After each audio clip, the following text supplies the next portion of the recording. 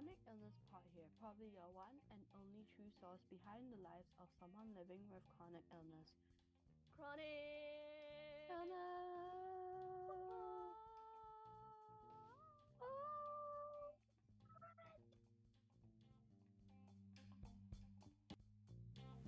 Hi, welcome to Chronic Illness Pod. This is Janice.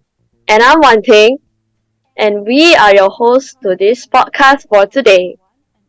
Unfortunately, our co-host Uttira won't be able to join us due to exam preparations. All the best to her exams, to be honest.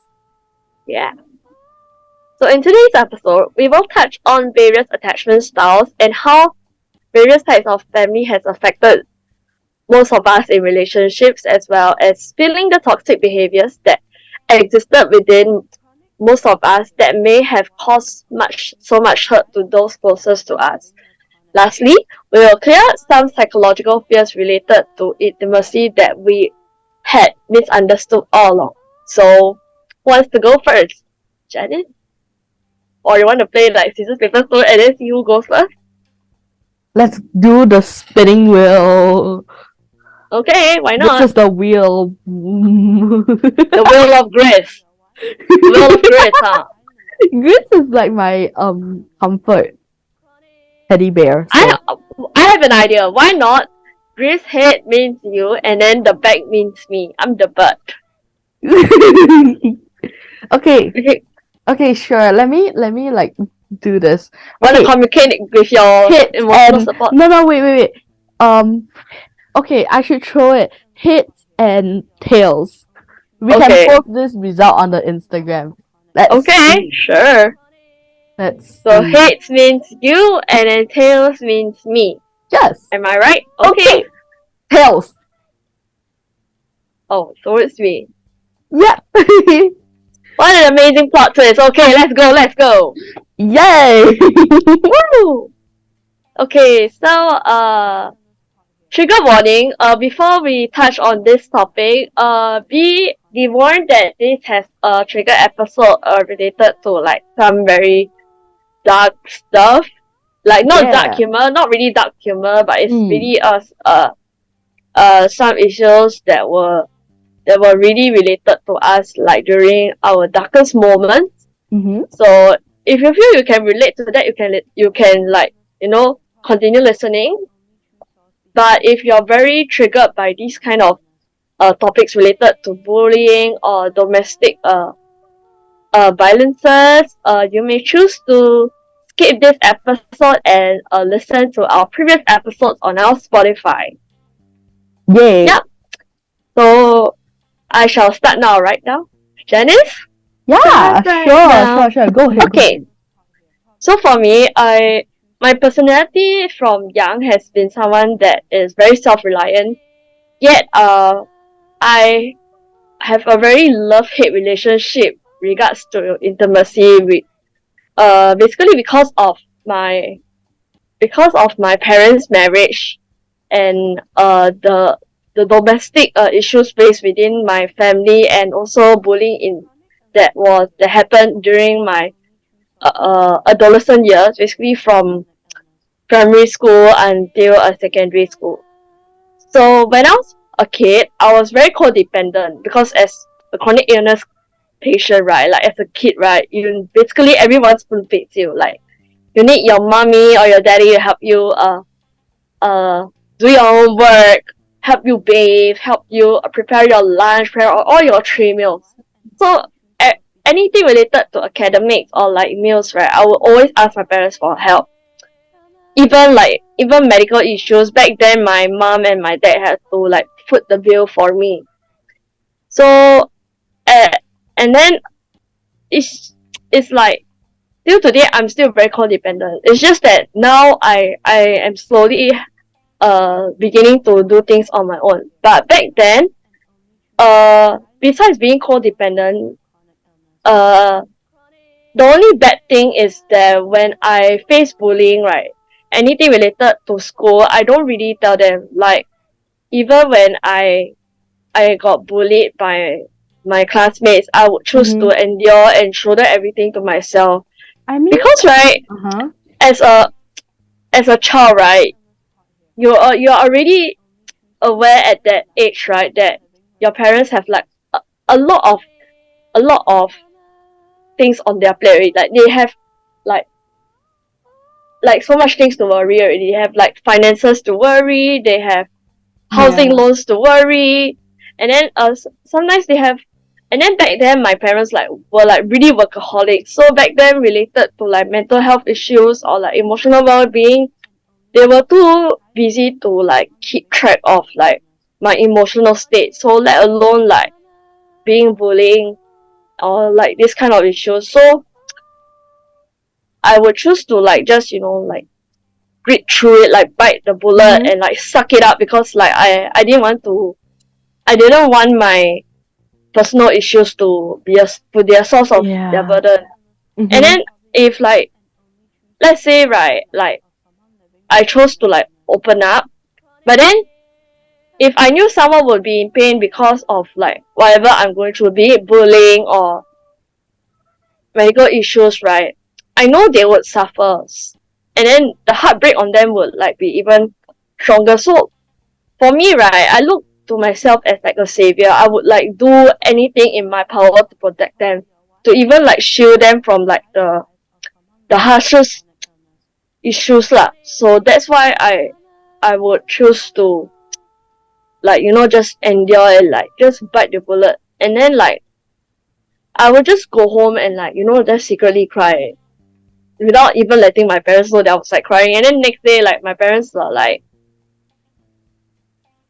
ask will like be asking, am I okay? Then I'll just like, oh, I'm fine, I'm okay, nothing really happened. But I know the inside, like I'm just lying. Like honestly, I'm like not okay, but it's like 善意的谎言 lah. You know what I mean? So yeah, I would. Yeah, The kind lie, the yeah, white the kind lie. lie. Yeah, and then because like if like I open up, right, sometimes, right, it will like leave them very helpless. Like they will feel the pain, but it is the pain that they feel is like the very 无奈的, like very helpless kind of pain. Mm. So like that's what happened to me during my schooling days. I would just choose to like endure and like suck everything up. So back then, because I had two elder siblings, which I chose not to name in this podcast. So for me, the expectations placed upon me, especially by my dad, were like uh very very high. It's like so huge that like in our previous podcast, my parents would have wanted my siblings to get A in everything. But for me, right, because my dad basically take charges of all my medical bills, so for my academics, right, he basically like tells me this, that uh you need to get A in every subject. So I felt like the expectations on me were like so huge. It was so huge that even expressing my thoughts and feelings were very difficult. Yeah, and then it was quite tough because like my parents, all they just want me is like, to be happy and, like just be carefree. Hakuna Matata, if I can quote that one phrase from Lion King. Okay, and then like, you know it's like, how do I put it, um, it's quite tough. Like even till today, I still find it very hard to express how I feel. I And see. even like the thoughts that what am I going through even like one simple procedure.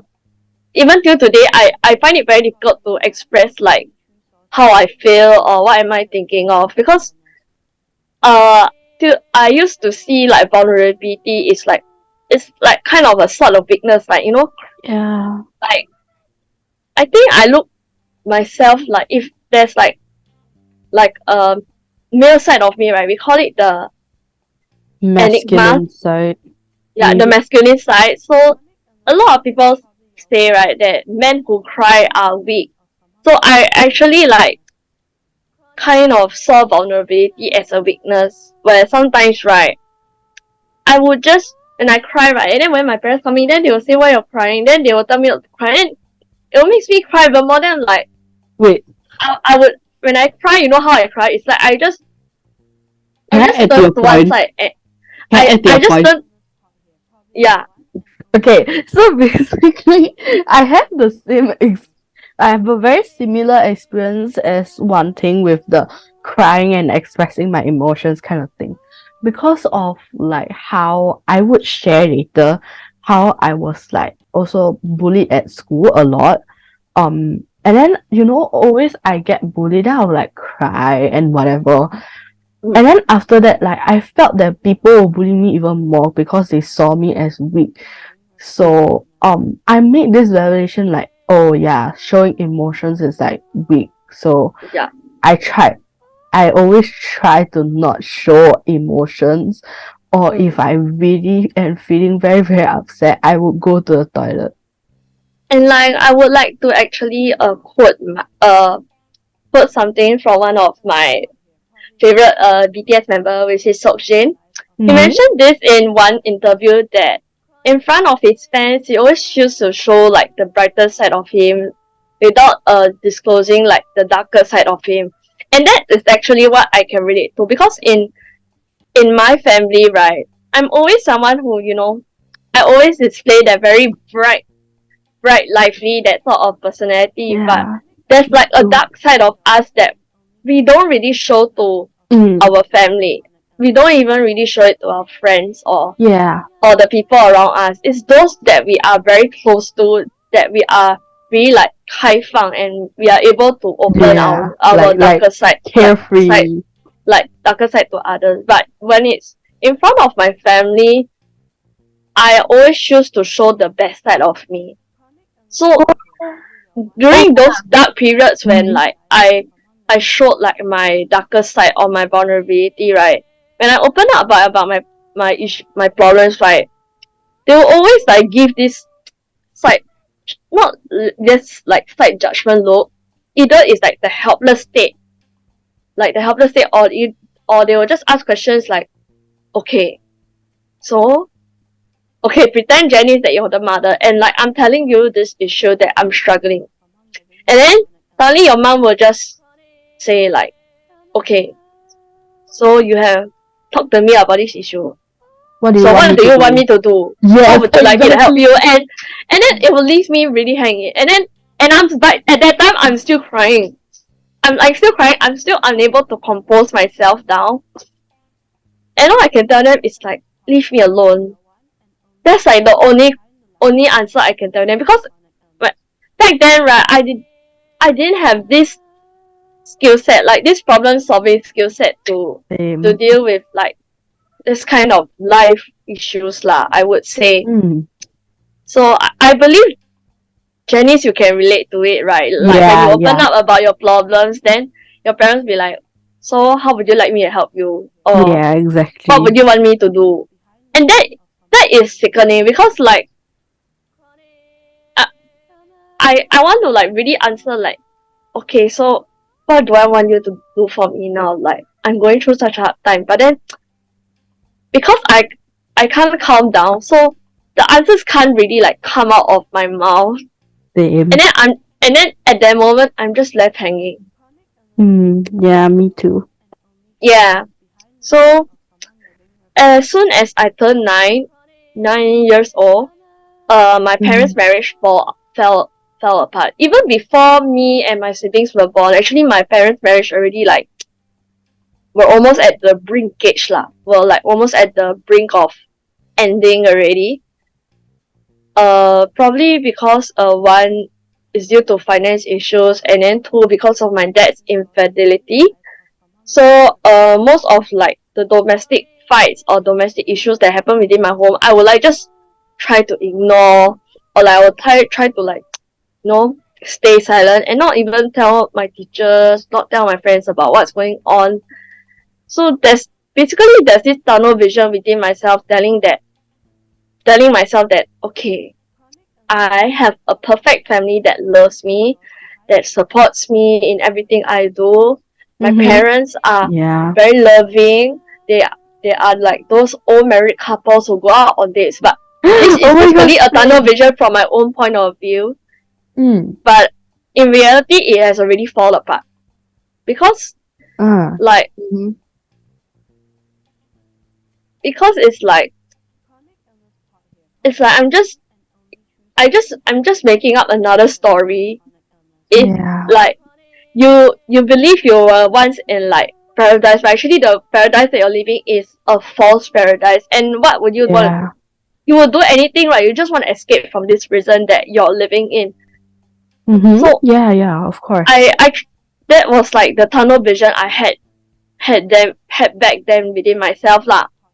And to make things worse, Yeah. right, in most of my parents' fights, right, related to finances, right, I remember one of the worst fights was like when I was quite young.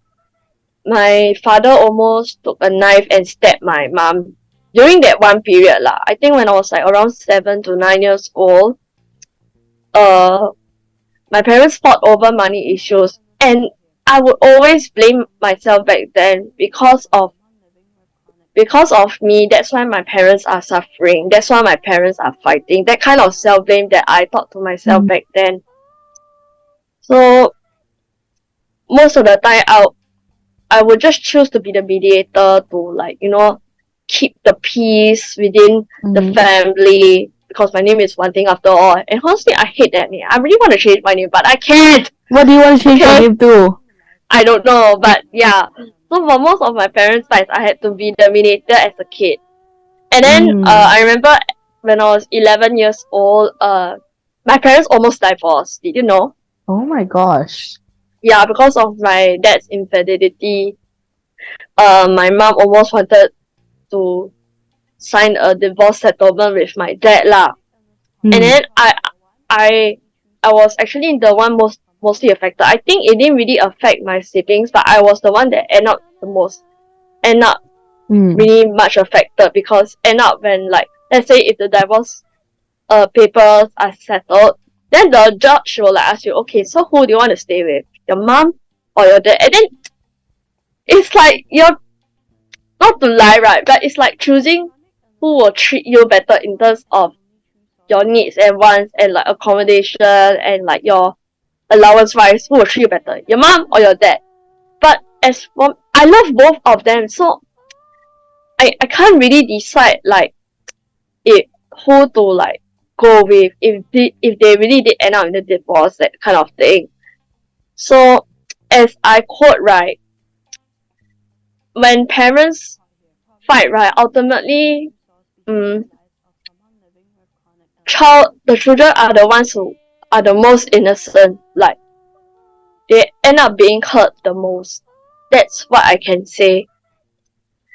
And then because of the bullying, because of the betrayal, because of the domestic issues I had to face as a kid, I grew a antisocial personality where I developed a attachment style of dismissive, avoidant, and anxious, preoccupied attachment style. Basically, like for me, I don't really I avoided intimacy. I avoided relationships. I became like possessive over things. I sometimes I grew insecure of people within me. Like if like let's say I have a friend, I would always have to ask them like, do you still care about me? Do you still like want to like hang out with me? Like certain stuff will just leave me insecure. Sometimes I feel like the abandonment that I had to face from my parents. So that's why I closed my heart. And with the matters related to relationships, right? Because I feel history might repeat itself due to like toxic behaviors, like verbal abuse, physical abuse, beating lah, scolding vulgarities lah, all the toxic behaviors like gaslighting, which I will touch on the later topic, and also like the insecurities within myself or breakups. Like I remember there was one time I told my mom that I was seeing this one stranger online, and like I was interested to go out and venture into relationships, okay, but she told me I was not in the right mentality. If you're listening, Janice, please on your mic. Okay. No, of course I am. I just have to do And, something. and then she told me I wasn't in the right mentality to like to go into a relationship, because end up if let's say like you get pregnant by the man who cares about you, then he decides not to take any responsibility. He just decides to dump you by the side, and then she feels that my emotional and mental state won't be able to take the breakup lah. So that's what she I told see. me most of the Sorry. time. So Sorry. that's Mm, why mm. till to now, till today, I'm single. But like Okay. I just don't want to get involved in relationships lah. All right. But in the Mm. future, I do want to get involved lah. Mm-hmm. So All right. not only that, most of the time, right, when my parents were looking after me during like admissions, right, I could sense the burnout. Basically, I feel like most of the time they don't even get to have like much rest. So Yeah, that's like the exactly. number one thing I fear passing the baton on to my future partner, because Me too. like in future relationships, I don't want the other party to feel burdened because of the medical bills, my medical condition, or like whatever Yeah. I have to deal with lah. Because if let's say the burnout for him is too much for him to handle, he will just abandon me, and that's not what I want. So these are the various stereotypes that I grew within myself.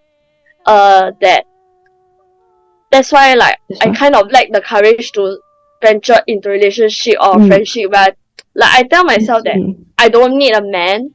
I don't want to carry on the Asian tradition, like, oh, your job as a woman is to study, get a degree, get a job, get married, and have kids. That's not, and that's like that for me. I feel like that's what I told myself lah.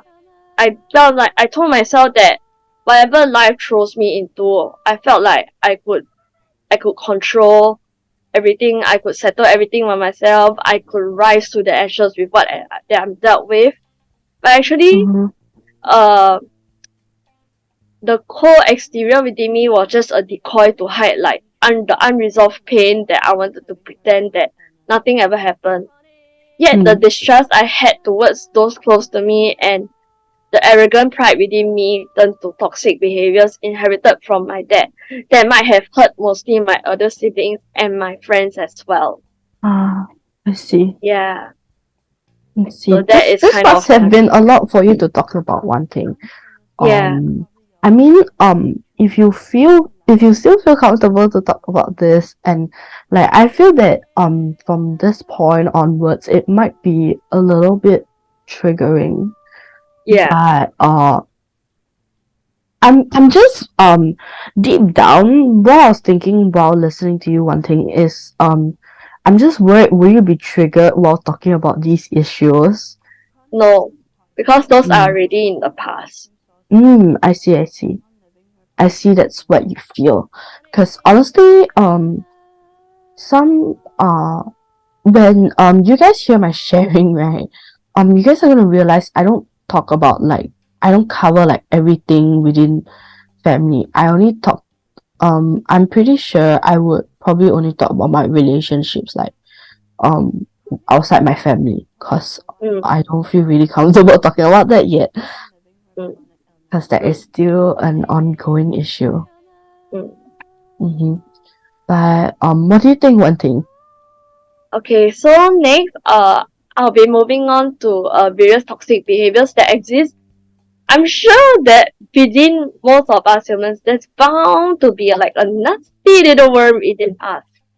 Like like basically what I'm talking about is toxic behaviors.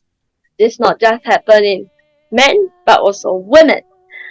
So some of the toxic behaviors Um, within us, I'm like the most commonly known ones are gaslighting and yeah. manipulation as well as Mm-hmm. victim blaming. So today I'll just touch on one of it because due to time limit.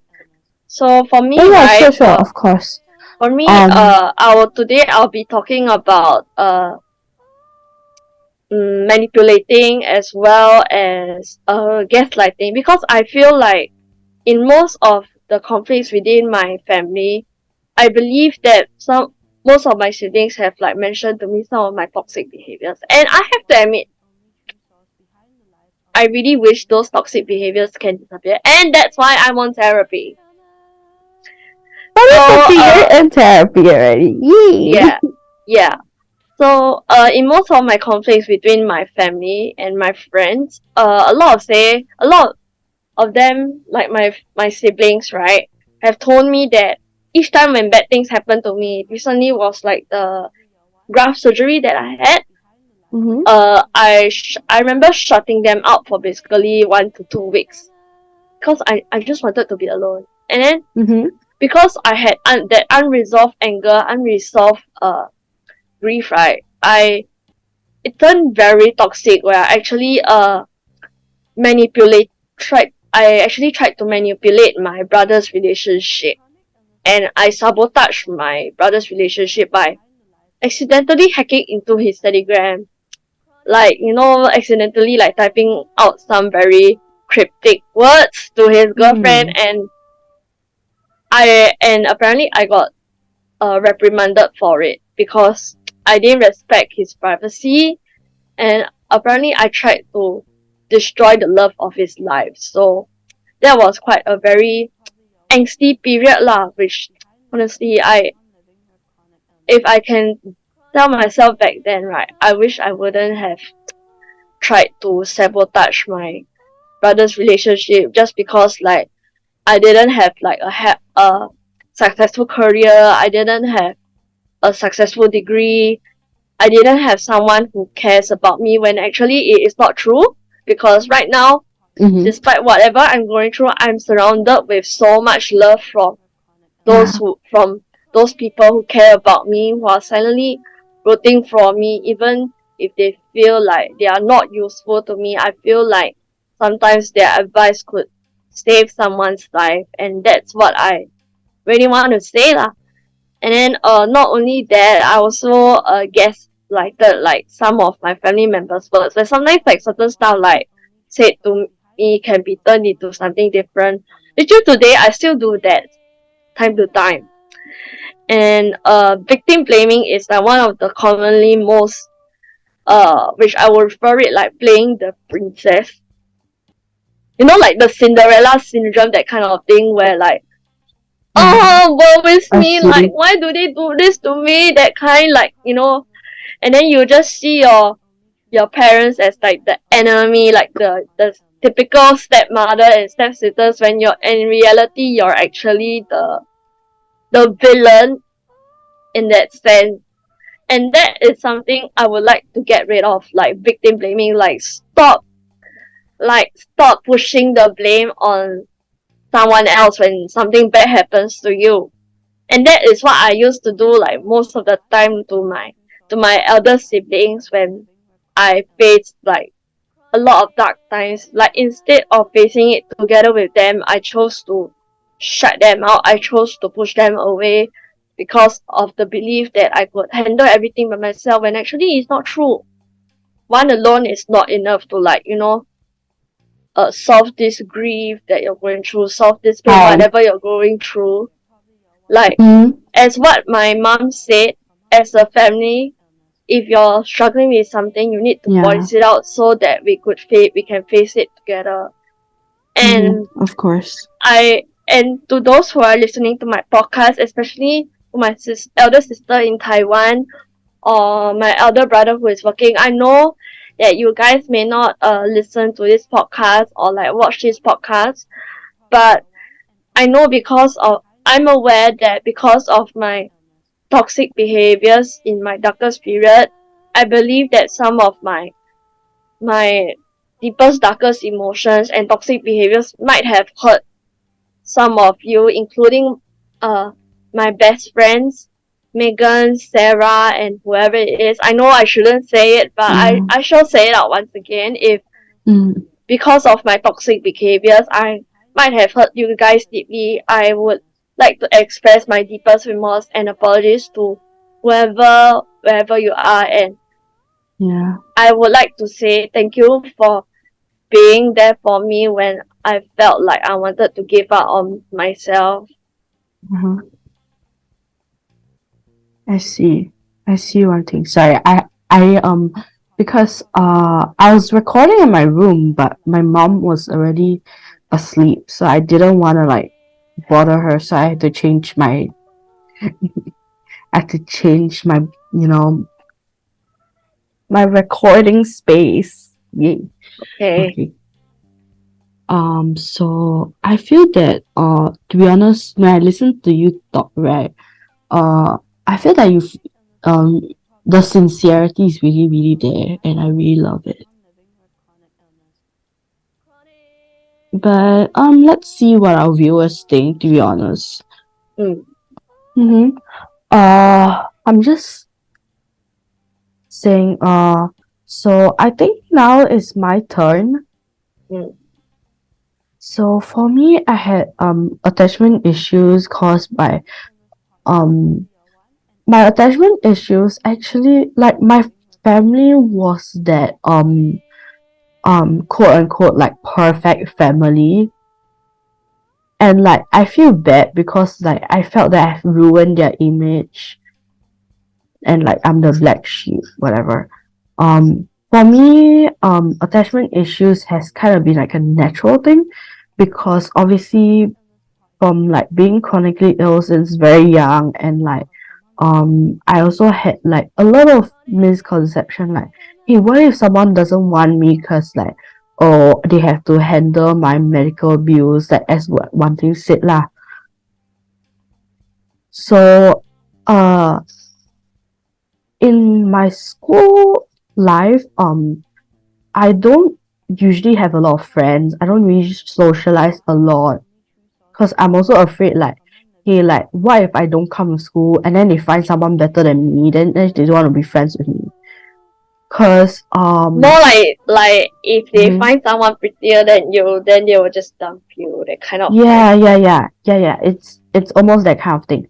So since this episode we're focusing on the attachment styles, honestly I would say that I don't know if it's weird, but I'm fearful to get attached to someone because obviously I've experienced like abandonment by others before in my life. Like I don't know if my parents are listening to this, but it's just that when at this certain age, right, at the age of 10, they started being really busy with work, like and church stuff because I'm Christian and then I still go to church now and like I still have my faith, whatever, blah blah blah, but we won't talk about that. So I just felt that after that they really seem to not even care emotionally. They just let go and they're like, oh, you're all grown up, it's okay. It's all okay. And like they care, like I'm really grateful that they care about even providing for me lah. Providing like food, providing a shelter, like that kind of thing lah. But providing shelter, providing clothes, providing money, whatever. But I'm really grateful for that. But it's just I would feel very like whenever I would get bullied at school, I would rarely even tell them. And the bullying uh started around like primary three, I think, if I'm not wrong. But my memory is very poor of my younger days because of past traumas that kind of made me forget a lot of my childhood. So I'm still trying to like navigate what is going on there. Yeah. So I would say that all my experiences caused me to be very, very mindful of social situations. Like I know I might seem like the one that I'll be like very extroverted. I'll be like, hey, like how you doing, whatever. But like I feel like if you put me in a room with like new people, I would be polite. I'll be like, I would like I won't try to introduce myself, but like if someone asks me to introduce myself, I'll be like, hi, I'm Janice, and like, Oh, I'm like same, blah same, blah blah. same. Like people may see like for me, right? A lot of people think like I'm like very extrovert, like I'm like a social butterfly, as like what people call it, like when I see people, I like to say hello. I remember at the workplace, I'm like a social butterfly. I'm like hello, hang on, and then sometimes be like a dance in front of my colleagues some more. Wow. Yeah, and like sometimes I will like talk to people, but when I'm at home, right, I'm just becoming an introvert. Like I don't even talk to my parents. I go I home, mean, I'm just like 面对四壁墙 yeah. yeah, yeah, yeah. And Honestly, I imagine tell you, you put me in imagine you put me in a room, right, and then you ask me to handle like a conversation with someone. Honestly, I will I just can't. leave. I'll just I leave. can't. I can't. Like I need to. I feel like for me, right, to come up with a conversation is like you need to come up with a script. You know Yes, what I yes, mean? yes. And then you I'll need to just leave like the I room. That's it. I need to Goodbye. think like what should I say to this person. And then if I can't think Yeah, of anything, okay, that's it. I'm leaving the room. yeah. Like you think I take very long, so like I'll just leave the room straight away. I was like, oh bye. So for example, okay, so mine attachment style is like I'm fearful to get attached, so I'm like avoidant. Like I do not want to get attached to someone. Like dismissive avoidant attachment style, But basically. when I'm attached to that someone, I get very anxious. Like, for example, they have not texted me for like a day. I'll be like, oh my gosh, do they still like me? Like, do I still did something wrong? So, like, that's the example lah. Mm. So okay, so the example, the very, very big story I'm going to talk about is during my early teen years. And mind you, that I was still really growing, and this was the first initial maybe few years that my parents started like whatever they were ignoring me, whatever. That's when they started like 1 or 2 years before. Same. Okay, Cause so my during parents were like also like workaholic, and then yeah, each time mine like I too. come home from school, right, they are still working. Yeah, And then I'm like the only one alone. And then back then I used to have like a pet goldfish. It's quite stupid lah, because every yeah. time when I come home from school, right, the first thing I will do, right, is I just talk to the goldfish, right. Cause I'm very For lonely. me, right, for me because I had a helper in primary school, Oh, during same, primary same, same. school. I used to have a helper when So like if since I young. have the helper, right, I will just talk to the helper. Same, same, same. I just talk to the helper. But Yeah, okay, same. this story I'm going to touch about is during my early teen years. Obviously because how my parents didn't really show like any concern for me, like growing up, that kind of thing. Mm. And it naturally just made me not really care that much about my family because they seem not to care. So I'm like, but obviously deep inside me, there's always this yearning like, hey, I really just want someone who can care, like who can love me for whoever I am. Yes. I believe that's what I want for my future partner as well. Yeah, yeah, yeah. And also, that was also complicated by the fact that obviously I'm chronically ill, and like it made me think like, hey, would anyone want me?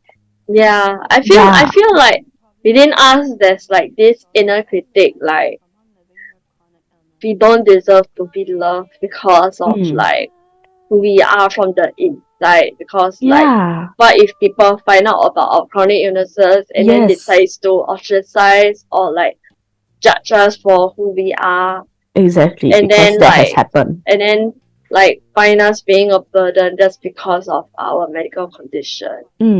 I see. So I find that And it's I'm sure more. that Yeah. is the one thing that we do not want to happen. Mm. Yeah. Yeah, I just find it like a bit more complicated because of that. But Yeah. for me, obviously I'm like uh like we might look normal on the outside, so everyone would think, oh, like you're normal, whatever. But then when the person gets to know that, I feel very like questionable.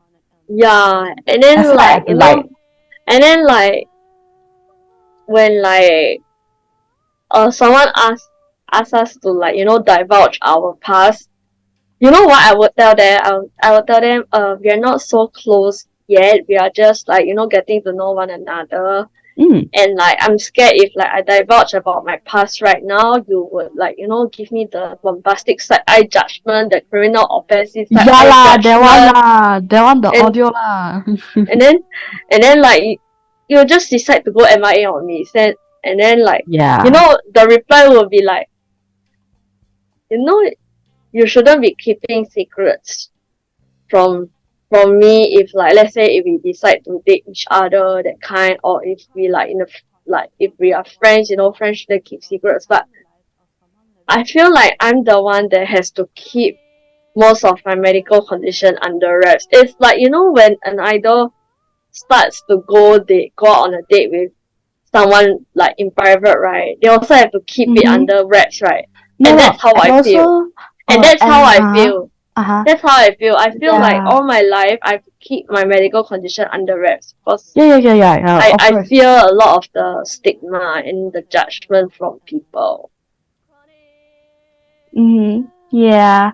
Okay. So, okay, let's give talked about this story, because I really just like want to talk to you guys about this, because obviously, if there's any like young people, like if there are anyone who is in their teen years listening to this, please listen to whatever I have to say. Like, This if is you not guys spill the are still this here, is not this is not spill the gossip, viewers. This is Janice sharing her real life experiences in relationships. So please yes, do not misunderstand the story. yes, of course. Okay, so I've okay, obviously, okay, I'll have this during this point of time. I I was 13, very young. Same age as me. Ooh. Okay, Being continue. 13 years old. So Mm. there's this guy, my childhood friend. He confessed to me. He said he liked me. Oh, we're gonna call this guy Guy A, because there's gonna be another guy involved. Because my romantic relationships were really messed up then. Same. I I do not I do not need a lecturing. I know. I am in I can therapy, relate you if know. I can relate. So Yeah, continue. yeah, it's very messed up. Mm. So basically, uh this guy A, he's my childhood friend. Like, he sort of knows that about my health condition, but then he still confessed to me. So I was like, okay lor, I guess I'll just date, whatever. So naturally, I accepted his feeling and started dating. Because of how young we were also very inexperienced with like dating, and also our age, like we're still growing, we're not really in that stable dating kind of mindset yet. Like, we just want to date around and see like what's out there. And for me, I'm more of like that. And obviously, always as a child, right, I didn't have that desire. So I felt really isolated from other people. Like, other people can tell me like, oh, I'm just gonna date around to see like what do I like, who do I like what type of guys or girls do I like. Like, when people tell me that, I'm like, what the heck? Because I cannot relate at all. Because my wish every single time where I date is like, oh, this person is like someone that I would very much like to marry in the future. I'm more of that kind of girl. Like, I'm not the date around kind of person. So yeah. However, before this confession from guy A, I I was I had another relationship with guy B when I was even younger, and me and him obviously broke up. And that was I wouldn't say how many years ago, but it's like a couple of years, like 1 year before the guy A confessed. So 1 year before, like 1 or 2 years before.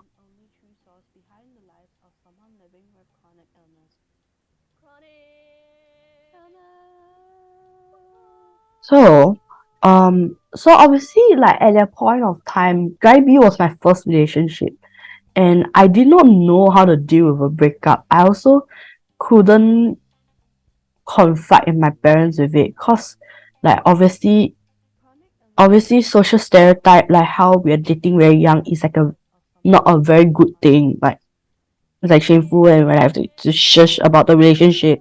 So I didn't really have anyone to talk to about the breakup. And guy A also like traumatized me lah, cause some things happened, but which I might or might not divulge into because it's a bit much. Okay, so obviously because of my previous relationship with guy B, when I started to go out with guy A, I have always doubted like, hey, would he like leave me? Like, would he say, oh, I don't like you anymore? Like, I had so much doubt in me cause of my previous relationship. And I will always like, and like, okay, so this example would involve like him posting like a story. Like, you guys know like the WhatsApp you can post the story thing, right? So he will post on there, then he'll post about like something about relationship, whatever. And I always will feel the need to text him, hey, do you still love me? You know, it's just that kind of affirmation that I need. Just really bad lah, Like that because kind of like you feel the constant need for validation. You yes, know, girls just want to feel safe and validated at all times. yeah. And okay, so to the young viewers out there, I'm just saying that don't follow my example. I know you guys might be like, oh, I want to just date around, or I want to find a person that I can marry, whatever, what kind of thing. But hold that thought, hold that thought. You guys can focus on your studies first. Hold that thought right now.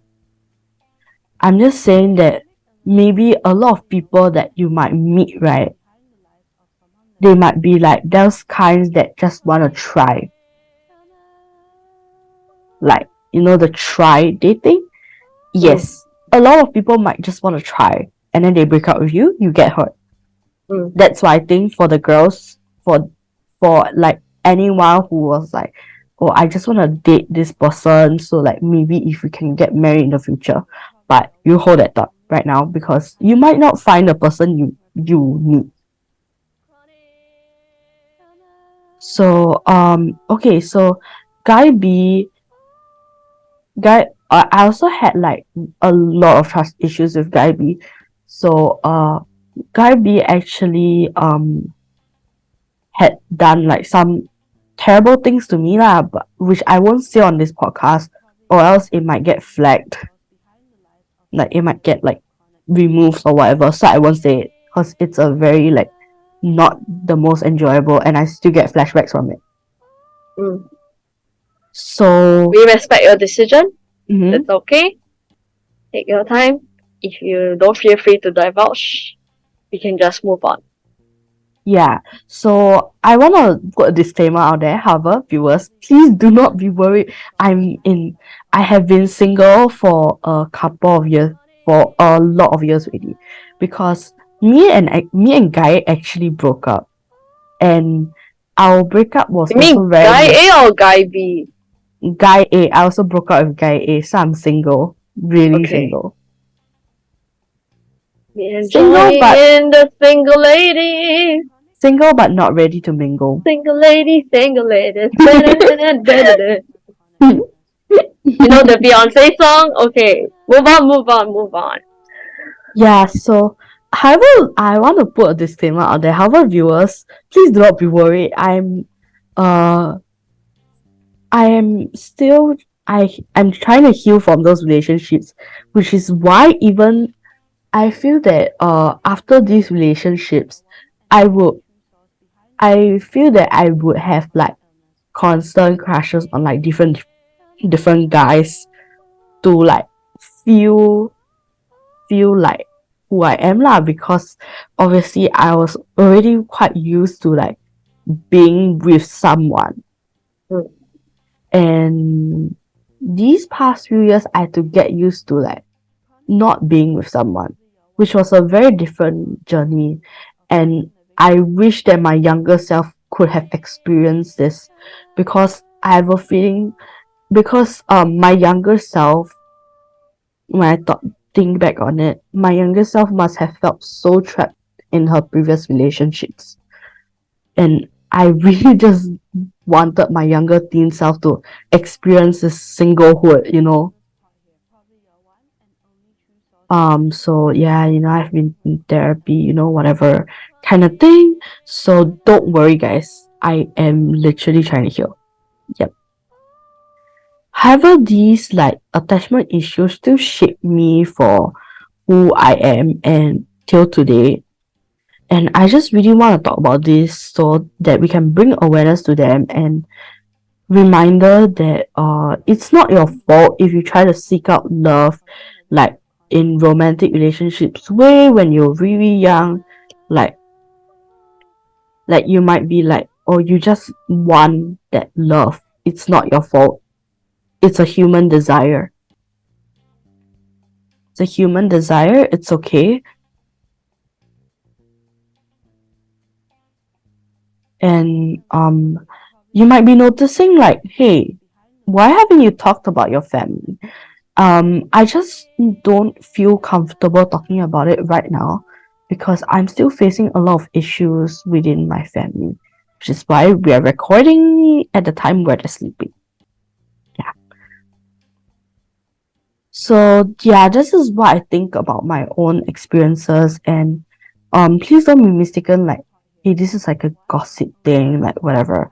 Like I just really wanted to put it out there, but not really completely, because there are some parts that might be quite explicit, and social media platforms might flag it and then remove our platform because it is quite explicit, like some of the actions that the guys have done.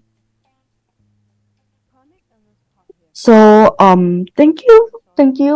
Oh my gosh, just thank you everyone for watching this episode today. And I know that this is a really sensitive topic, and if you're still here, I really just thank you so much for being here to Wait, listen to Janice, us. you still forgot one more issue. What? Wanted to talk about, we wanted to like clear up some psychological fears related to intimacy that we have Oh, misunderstood, I like see. some issues that our parents have like instilled into us related to Yeah, relationships or yeah, yeah. intimacy.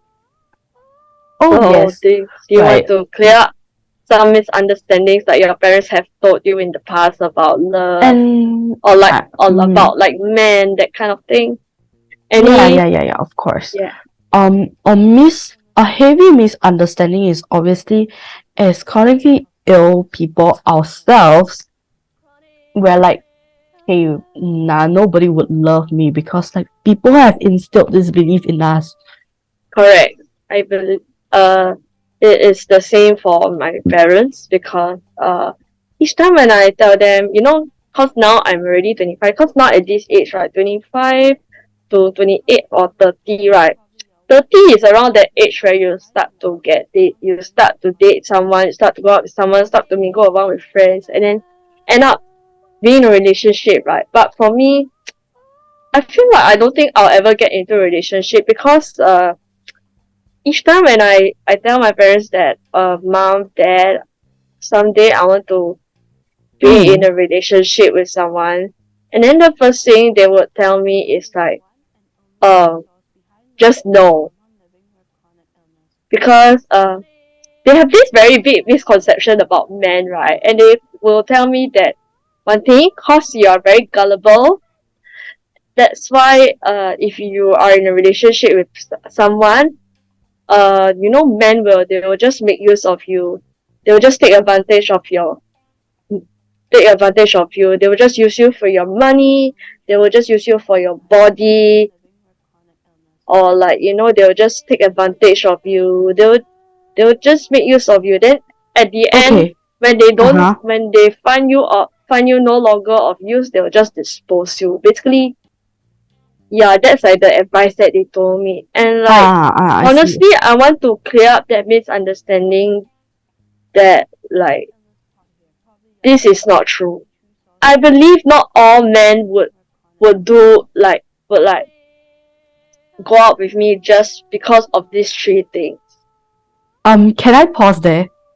Yeah. Because the experiences that I didn't divulge in to with my exes is actually because the fact that I felt that they make use of me because of Mm, who I am. So mm. when you share this advice like, oh, not all men, I feel very like what? Sorry? I know you might feel very offended, but I Like just would like to say like, like not all men are like this. Like not all men are out there just for those like the money, the the obviously sex I or gotta the figure out body. who is But who. yeah, if you want to go out with someone, yeah, sure, but no problem at all. You just gotta make sure that he he's there to make you feel safe. He is there to like care for you and like ask about your health, ask about your wants and your needs, Yeah. cater to your emotional and your physical well-being. Mm-hmm. I'm sure that's what all girls want, don't we? Like and then Yeah. like I also want to clear up like one misunderstanding that my parents told me, besides the fact that a man like just makes use of you for those three illegal things. Yeah. But they also did tell me that um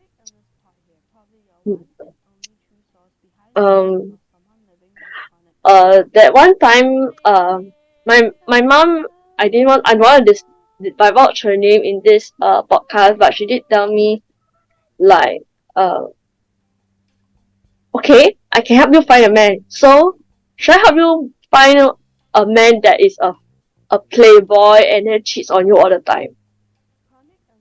And you What? know what was my response? I was literally speechless. Like I was like, I can't curse in this podcast, but I was about to say the curse word. It's okay. Literally. It's okay. Like, we're making this like a kid-friendly podcast, so we're not gonna curse. I'm Don't like, worry. I was like, what the heck? Like, why would you do that? Yeah, that's kind of just yeah. Like dating and relationships are like a serious matter, and you kind of like Yes, just make a joke out of it. Like this is not funny. yes, and obviously, like how one thing said lah, because I feel that some people, right, because I'm younger than one thing, so I feel that people my age might still make dating a joke. Like they might be like, oh, we just date around and see who we like. Mm, Like that feeling obviously feels very weird to me as like someone who sort of like grew up very, very differently lah. That's what I mm, feel because I have this very good friend. She would like date different guys. She like date different guys and whatever. And and I don't know whether she's listening to this, but I divulge her name lah. She will date like different guys and she would like break up and whatever. Then she'll get hurt during the breakup and she just told me, oh yeah, I'm just dating to look around who is there out there for me. mm, That's what she told me. And I was like shocked because like I was like I did not experience this at all. I don't know mm, what to tell you. Like I feel that she shouldn't like try. Cause like mm. I know trying is a good thing, but you're hurting yourself. Yeah. So And yeah. I have this misconception from what my parents told me lah. It's actually from my dad's side. Mm-hmm. So I told him that uh I asked him this question, that what if one day I tell you that I want to get involved into a relationship? And you Hmm. know what he told me? He said like, I don't think you're in the right age for in relationship, like because studies comes first. Studies comes first. Your work career comes first. It's like the two answers. It's how irritating can this be? I feel Like that like wait, is yes, that it is true. uh-huh. It Yeah, is yeah, yeah. true that yeah, studies and Uh-huh. work comes first and health Okay, comes first before a one thing. relationship. Wait, But then sorry. like like you know, um I'm sure in those bits of work and studies and all of One thing, can I life say chaos, right? something? Okay, you want to say what? I'm just thinking, right? Because of how I want to know the context, like the year that your dad gave you that advice. Okay, so I remember now it's 2023, right? So it was around 20 Just give like a few years ago, lah. 2019 to 2020, like around 2 years ago, that when like actually it was when my sister came back from Taiwan, and then one day she came into my room and she was crying in the toilet. So my dad was like assuming lah, back to his assuming paradise again lah. He was like assuming, okay, maybe she had like some relationship problems lah. But actually she did tell her my brother in the end lah, it's not lah. And then that's where I asked him that, what if one day I tell you that I want to be in a relationship someday, and then he say no, you're not allowed to be in a relationship, you're not allowed to fall in love with anybody, because of your medical condition, because your studies come first, your health come first, your work come Mhm. first, so you're not Actually, allowed to be in a recently relationship. I found out about this problem about infantilizing like chronically ill people. Like people will be like, "Oh, you're too young," cause obviously like being chronically ill growing up, and then other people are like, "Oh no, you're too young. You cannot get into this relationship because it's too unsafe for you because Yeah, you're too young." And like I've seen what is it like out there. I've yeah, already seen. I know I know that if like like my uh, relationship fails, I know what I'm gonna go through. I know what I'm yeah. doing. And that was what I was supposed to say, what I was about to say as well, because like my parents they have this very overprotective personality over me when it comes to being in relationships. When it comes to friendships, right, they only trust those that they have like met in person, and they really trust the person to the fact that I can go out safely with him or her. But if it's like a stranger and they have never met, and then like suddenly I'm in this relationship with this guy, and then in like without even seeing the person in real life, they will like tell you, no, you're not allowed to go out with this person because blah, so, and come up with some stupid reasons just to prevent me on going out with it in a relationship lah. So like I want to like clear the fact that despite the besides the stupid reasons like studies come first, work come first, career come first, your health come first, underneath all of this, right, there's a desire within us to like, we want to be loved, we want to be taken care of, Yeah. we want someone to be there for us for the rest of our lives during like our ups and downs, someone who Yeah. can take responsibility for our lives. I think I figured And this that's out what when I was younger already. Yeah. and I think that is like one of the things related to intimacy that I want to clear up. Another thing I want to clear up about intimacy is in relation to myself. Mm-hmm. I feel like as a chronic illness patient, because like what I've said, because of my parents' marriage and uh bullying, I developed like a very antisocial personality where like I feel like really with regards to intimacy, I feel like I in the first place when I thought of talking about this episode, I was really hesitant about it at first because I'm already like I'm already shy when it comes to intimacy, I always tend to avoid, that Yeah. kind of like, like intimacy, like hugs, kisses, or like, or like those explicit stuff. I And love hugs, but it's just by specific but then people. like I am scared of. I'm actually scared of intimacy because I have this misunderstanding that intimacy means like sexual harassment or like being Yeah, sexually yeah. harassed. So I think that is most of the time where I'm scared of intimacy, because if let's say there's like hugs and kisses, Mm-hmm. like I'm afraid that like the the hugs and kisses may just go more than that, and then it will in turn, it will like, it will like break within like my boundary zone. So that's like the kind of the psychological fear within me, I have in me, with I regards to see. intimacy. Because I did have a sexual harassment uh last year. I I had faced I faced like a sexual harassment last year. So this happened in 2022 when I was working at my uncle's restaurant. mm, So what happened was, my relative, which happens to be my uncle, he went out. He's like the boss of the restaurant lah. So he ran out to run some errands, and I was left alone.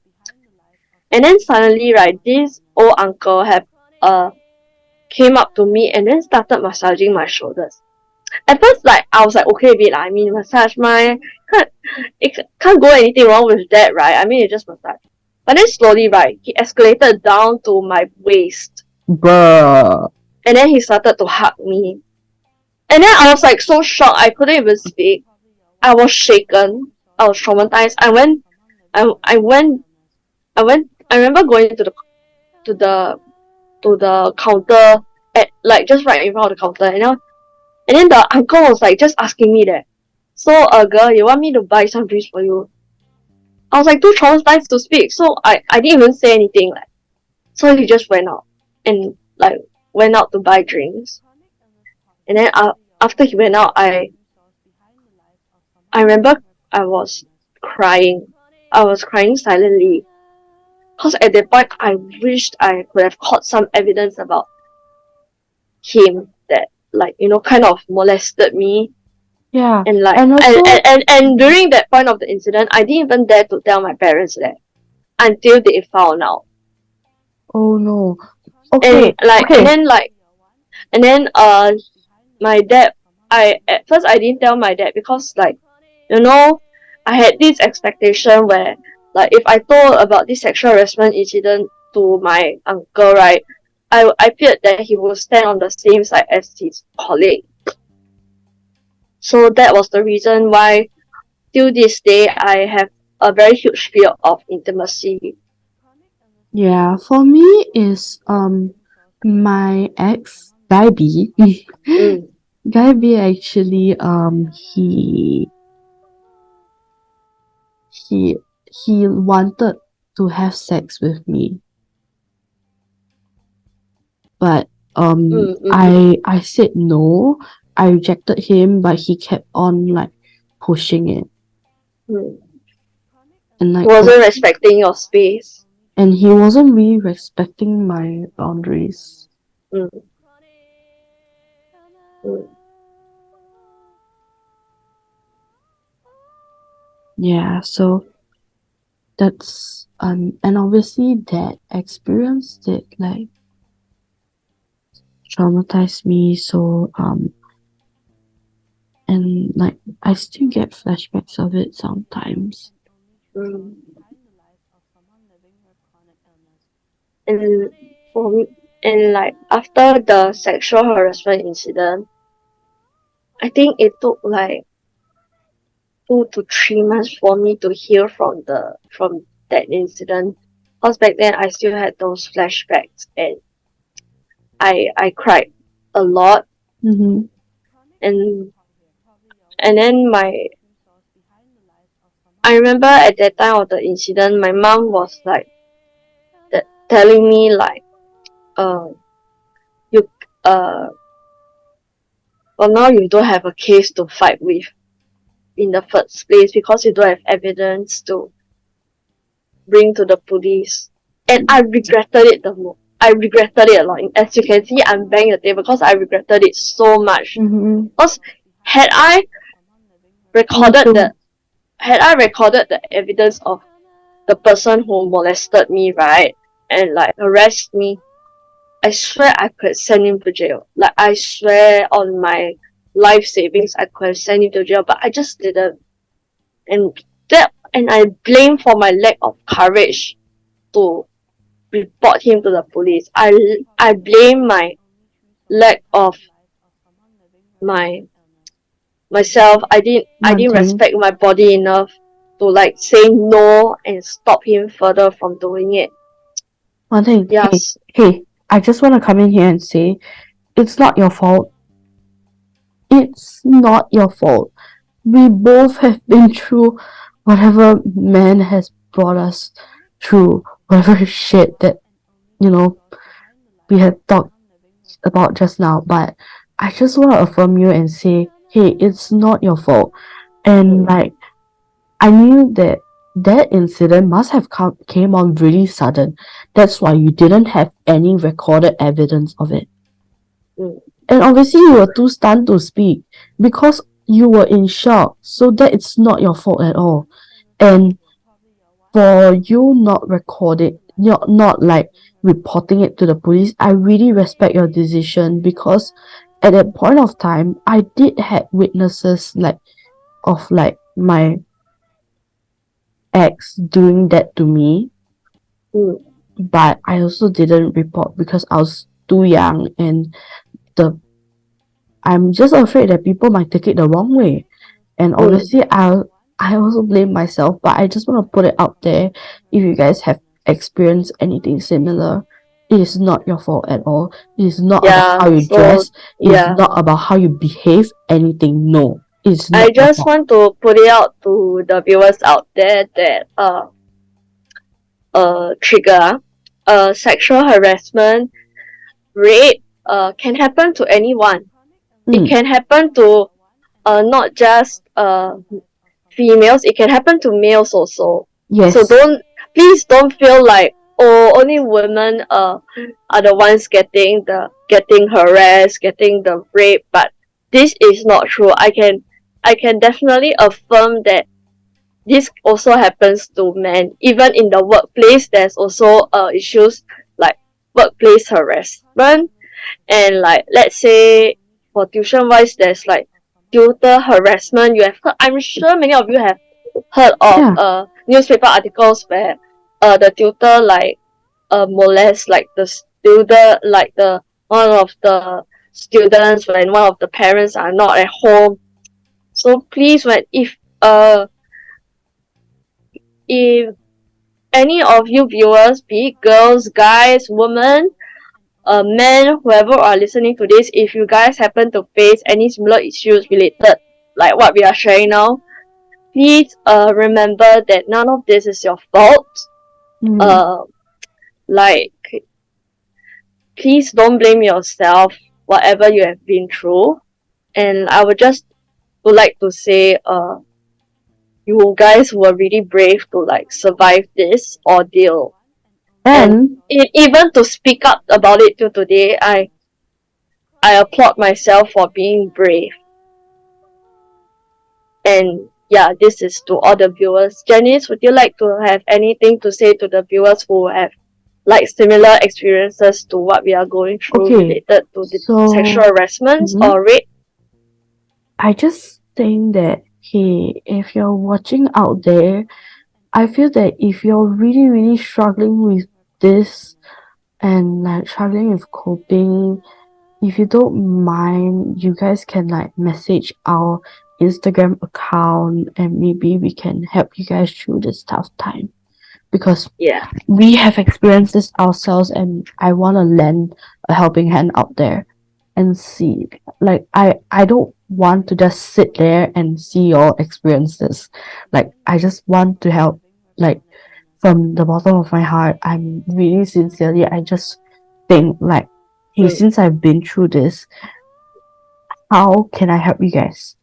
How what should we talk about in our future episodes? Like you guys can Yes. give that suggestion. So you not only can reach out for help through us through our podcast here. I believe there's some sexual harassment hotlines that you can Mhm.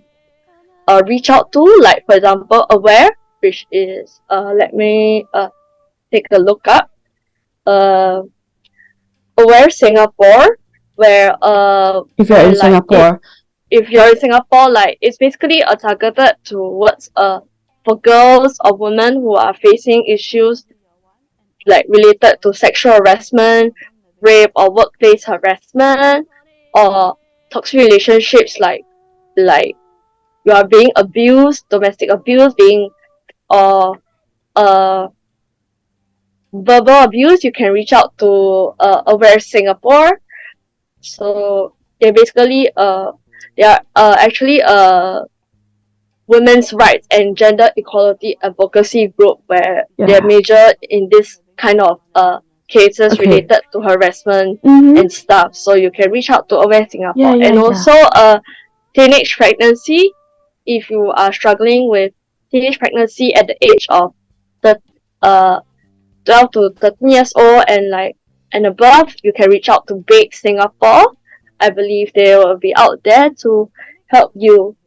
So you can go to their Instagram platforms and just search it up and just check them out. They might be willing to give lend you guys a helping hand. And I've also tried that the out and it uh, works.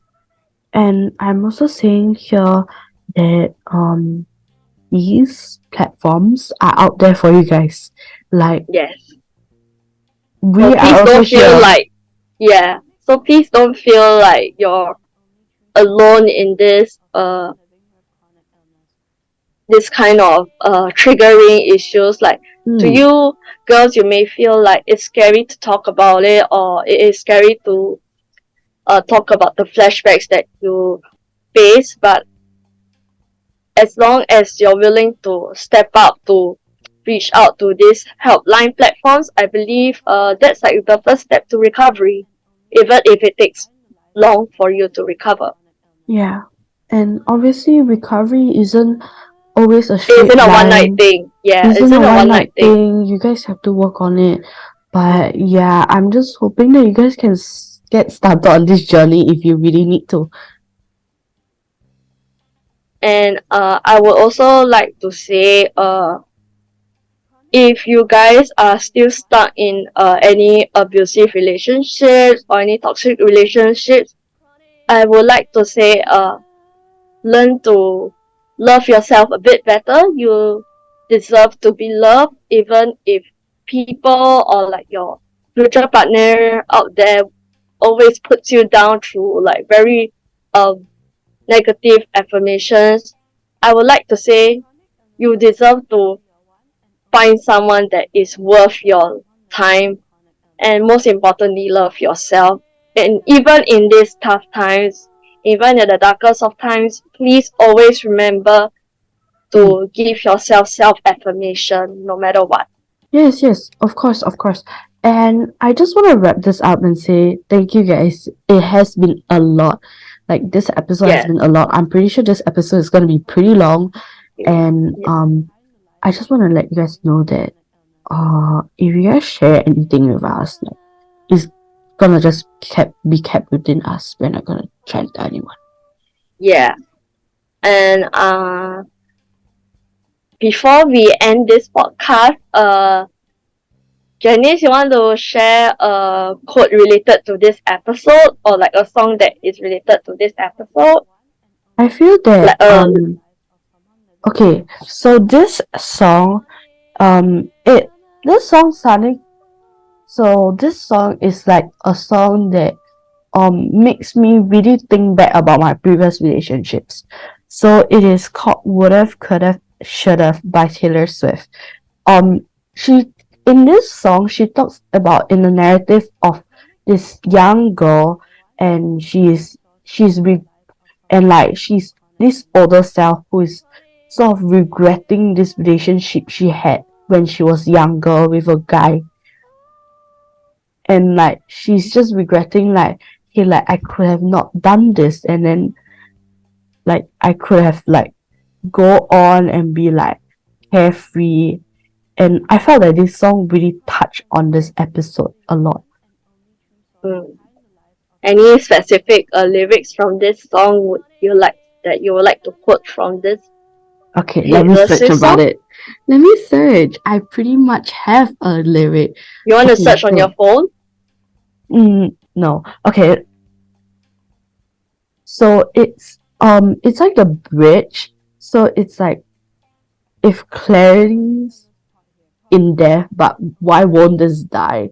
So I felt that that really meant a lot to me, because like, if clarity is in death, like death is like you leave the relationship, you leave whatever you're suffering with, but why won't like this die? Because why are the flashbacks not over? Mm. And like she really sings this with like this longing that this this like memory will be gone, like it would be submerged forever, nobody will remember this. Mm. And I just felt that emotion, and like, to be honest, it really related to how I was dealing with my previous relationship and the trauma that was caused. Mm. But yeah, that's the only song. I don't think I have another song for you guys today. But I'm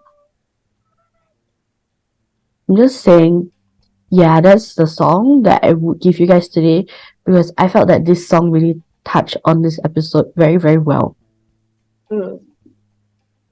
Okay, so thank you guys if you're still here, because I'm pretty sure this recording is gonna be very, very long. So yeah, thanks guys.